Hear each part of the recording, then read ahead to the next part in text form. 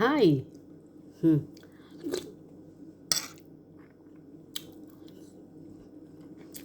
Lunch.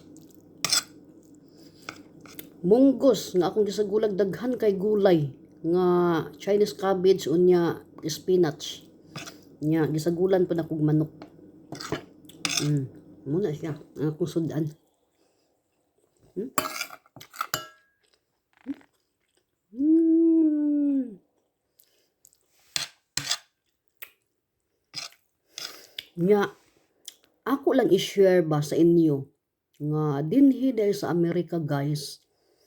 Patsyada gyud dinhi una kay health insurance. Kay karon pa ko sukad-sukad sa kong paganhi dinhi sa Amerika.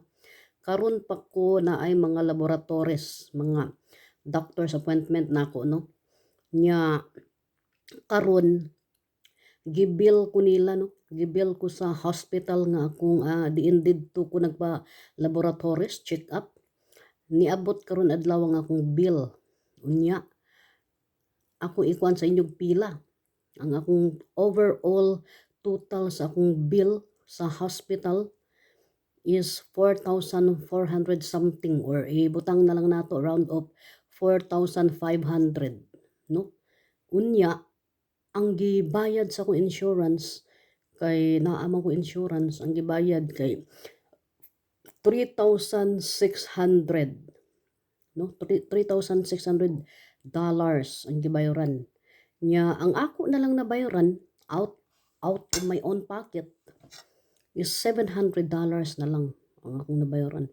So laliman ka unsa gyud ay ka mahinungdanon nga naa kay health insurance dinhi sa Amerika kay mahal gyud ay kay dinhi sa Amerika magpatambal guys. Tinuod gyud to tell you truth no. Agud importante dinhi sa Amerika nga naa kay trabaho na kay work nya mo kuha kag insurance, health insurance nimo kay panahon nga na kay mga check-ups sa mga doctor's appointment nimo check-ups naa dayon kay insurance nga mo cover sa mga bayronon. Kay ang ako kung check up lang sa doctor wala man ko'y copay, wala ko'y bayranon. Pero kato kay laboratories man upat man ka laboratories ang ako no. Kay first time ni siya nga nag-check up gyud ko tanan laboratories tanan. So upat ka laboratories niabot gyud siya ang iyang bill og $4,500.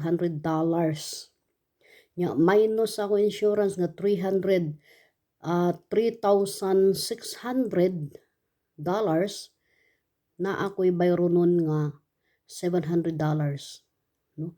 Which is kung atong sumahon sa Philippine peso dako gyapon siya no kanang 700 di moabot na siya og 40,000 pesos no. So dinhi sa Amerika gyud importante gyud kaayo dinhi ang health insurance kay sa una di man ta makakuha na nga mahal day ka sa Amerika. So karon na ako na gyud experience sa akong kaugalingon no nga mahal gyud ka dinhi sa Amerika magpatambal ka unya wala kay insurance dinhi health insurance. Pero dinhi sa Amerika guys patsyada kayo dinhi ang ilang healthcare. Ang healthcare dinhi sa Amerika ang patsyada gyud kayo kay ang imong doctor tawagan ka pirmi i-follow up ka sa mga check up nimo kung na kay gamay nga gibati din ha ila gyud nang thorough check gyud na nila no kung unsay hinungdan. Kay katong ako kay dinhi ra man tumurag na trigger lang sa akong gikaon. Murag siya kanang heartburn ba mura siya kanang acid reflux ba nga dinhi sa akong kuto-kuto ginhawan sakit niya ni adto ko sa akong doctor, primary doctor niya akong gisulti tanan didto unsay sakit nako.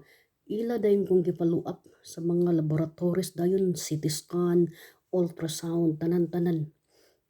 Ila gyud kong gi-check up nya pati ang Cologuard kanang Cologuard sa colon na nimo kung naa ka bay naabay makita nga colon cancer ana ba tanan gyud gi-check sa ako munang mga laboratories daghan kaayo munang mahal pud kay dinhi lagi.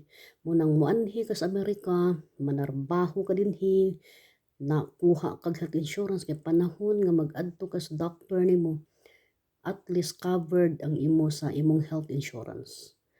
Patsyada din sa Amerika.